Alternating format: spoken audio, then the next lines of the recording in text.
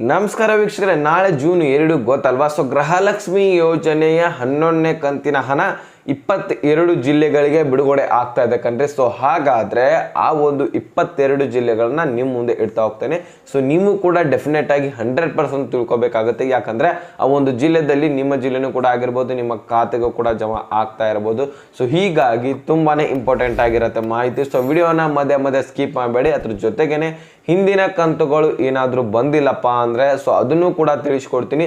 So ಈಗಾಗಲೇ live proof ಆಗಿ ನಿಮ್ಗೆ ಒಂದು ವಿಡಿಯೋದಲ್ಲಿ ತಿಳಿಸ್ಕೊಟ್ಟಿದ್ದೀನಿ. ಸೊ ಯಾರ್ಯಾರು ಜನರಿಂದನೇ ಕಮೆಂಟ್ ಬರ್ತಾ ಇದೆ ಈ ಒಂದು 2,000 ರೂಪಾಯಿ ಹಣ ಜಮಾ ಆಗಿದೆ ಅಂತ. ಅನ್ನಭಾಗ್ಯ ಏಪ್ರಿಲ್ ತಿಂಗಳ ಅಮೌಂಟ್ ಏನು ಬಿಟ್ರಲ್ಲ, ಸೊ ಹಂತವಾಗಿ ಅಮೌಂಟ್ ಎಲ್ಲರ ಖಾತೆಗೆ ಜಮಾ ಆಗ್ತಾ ಹೋಗ್ತು. ಅದೇ ರೀತಿಯಾಗಿ ಗೃಹಲಕ್ಷ್ಮಿ ಯೋಜನೆಯ ಹಣ ಕೂಡ ಹಂತವಾಗಿ ಎಲ್ಲರ ಖಾತೆಗೆ ಜಮಾ ಆಗ್ತಾ ಇರುವಂಥದ್ದು. ಸೊ ಅದ್ರ ಜೊತೆಗೇನೆ ಹಿಂದಿನ ಕಂತುಗಳು ಬಂದಿಲ್ಲ ಅಂದರೆ ಹಾಕೊಡ್ತೇವೆ ಅಂತಾನು ಕೂಡ ಮಾಹಿತಿ ಕೊಟ್ಟಿದ್ದಾರೆ. ಸ್ವತಃ ಲಕ್ಷ್ಮೀ ಹೆಬ್ಬಾಳ್ಕರ್ ಅವರು DBTಗೆ ಪುಷ್ ಮಾಡಿದ್ದೀವಿ.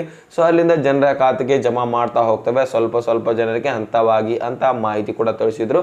ಸೊ ಅದನ್ನು ಕೂಡ ಲೈವ್ ಪ್ರೂಫ್ ಆಗಿ ಈಗ ಒಂದು ವಿಡಿಯೋದಲ್ಲಿ ತಿಳಿಸ್ಕೊಟ್ಟಿದ್ದೀನಿ. ಸೊ ಜಮಾ ಆಗಿರುವಂತಹ ಮೆಸೇಜ್ ನಿಮಗೆ ಬೇಕಂದ್ರೆ ಸೊ ಇಲ್ಲಿ ಕೂಡ ತೋರಿಸ್ತೇನೆ ನೋಡಿ. ಇಲ್ಲಿ ಈ ರೀತಿಯಾಗಿ ಒಂದು 2,000 ರೂಪಾಯಿ ಹಣ ಜಮಾ ಆಗ್ತದೆ. ಇದು ಗೃಹಲಕ್ಷ್ಮಿ ಯೋಜನೆ ಕಡೆಯಿಂದ ಬಂದಿರುವಂಥದ್ದು. ಸೊ ಅದ್ರ ಜೊತೆಗೇನೆ ಜನರು ಕೂಡ ಕಮೆಂಟ್ ಮಾಡ್ತಾ ಇದ್ದಾರೆ. ನಿಮ್ಗೆ ನಿಮ್ಮ ಒಂದು ಖಾತೆಗೆ 2,000 ರೂಪಾಯಿ ಹಣ ಜಮಾ ಆಗಿದ್ರೆ ನೀವು ಕೂಡ ಕಮೆಂಟ್ ಅಲ್ಲಿ ತಿಳಿಸಿ. ನಿಮ್ಮ ಒಂದು ಕಮೆಂಟ್ ಅನ್ನ ಮತ್ತೊಬ್ಬರಿಗೂ ತಿಳಿಸ್ತೇವೆ ನಾವು. ಸೊ ಅವರು ಕೂಡ ನೋಡ್ಕೊಳ್ಳಿ. ಸೊ ಅಮೌಂಟ್ ಬರ್ತಾ ಇದೆ ಅಂತ ಅವ್ರಿಗೂ ಕೂಡ ಗೊತ್ತಾಗತ್ತೆ. ಸೊ ಒಂದು ಭರವಸೆ ಬರುತ್ತೆ. ಸೊ ಅದಕ್ಕಾಗಿ ಕಮೆಂಟ್ ಮಾಡಿ. ಮುಖ್ಯವಾಗಿ ಬಂದಿಲ್ಲ ಅಂದ್ರೂ ಸಹಿತ ಮಾಡಿ ನೋಡೋಣ ಯಾರಿಗೆ ಬರ್ತಾ ಇಲ್ಲ ಅನ್ನೋದನ್ನ.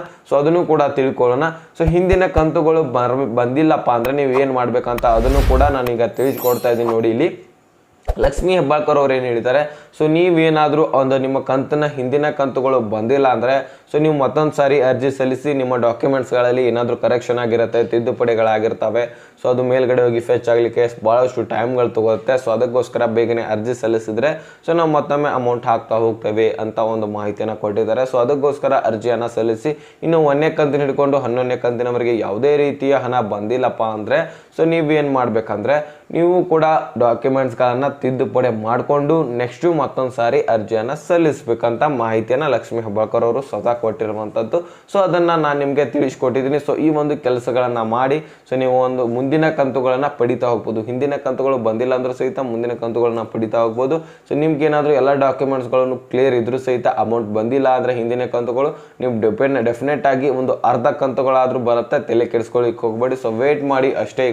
ಈಗ ಜುಲೈ 15ರವರೆಗೂ ಕೂಡ 11ನೇ ಕಂತಿನ ಹಣ ಬರುತ್ತೆ. 11ನೇ ಕಂತಿನ ಹಣಕ್ಕೆ ವೇಟ್ ಮಾಡ್ತಾ ಇರೋರು ಬಹಳಷ್ಟು ಜನ ಇದ್ದಾರೆ. ಸೊ 15ನೇ ತಾರೀಕಿನವರೆಗಾಗಿ ನಿಮ್ಮ ಖಾತೆಗೆ 11ನೇ ಕಂತಿನ ಹಣ ಬಂದು ತಲುಪುತ್ತೆ. ಸೊ ಅದ್ರ ಜೊತೆಗೇನೆ ಈಗ 22 ಜಿಲ್ಲೆಗಳನ್ನ ನಾವು ತಿಳ್ಕೊಳ್ಳೋಣ. ಸೊ ಒಂದೊಂದಾಗಿ ತಿಳಿಸ್ತಾ ಹೋಗ್ತೀನಿ ನೋಡ್ರಿ. ಇಲ್ಲಿ ಯಾದಗಿರಿ, ಉತ್ತರ ಕನ್ನಡ, ದಕ್ಷಿಣ ಕನ್ನಡ, ದಾವಣಗೆರೆ, ಉಡುಪಿ, ತುಮಕೂರು, ಚಿತ್ರದುರ್ಗ, ಚಿಕ್ಕಮಗಳೂರು, ಶಿವಮೊಗ್ಗ, ರಾಯಚೂರು, ಚಿಕ್ಕಬಳ್ಳಾಪುರ, ಚಾಮರಾಜನಗರ, ಮೈಸೂರು, ವಿಜಯಪುರ, ಬೀದರ್ ಹಾಗೂ ಮಂಡ್ಯ, ಕೊಪ್ಪಳ, ಬೆಳಗಾವಿ, ಬೆಂಗಳೂರು ನಗರ, ಕೋಲಾರ, ಕೊಡಗು, ಹಾವೇರಿ.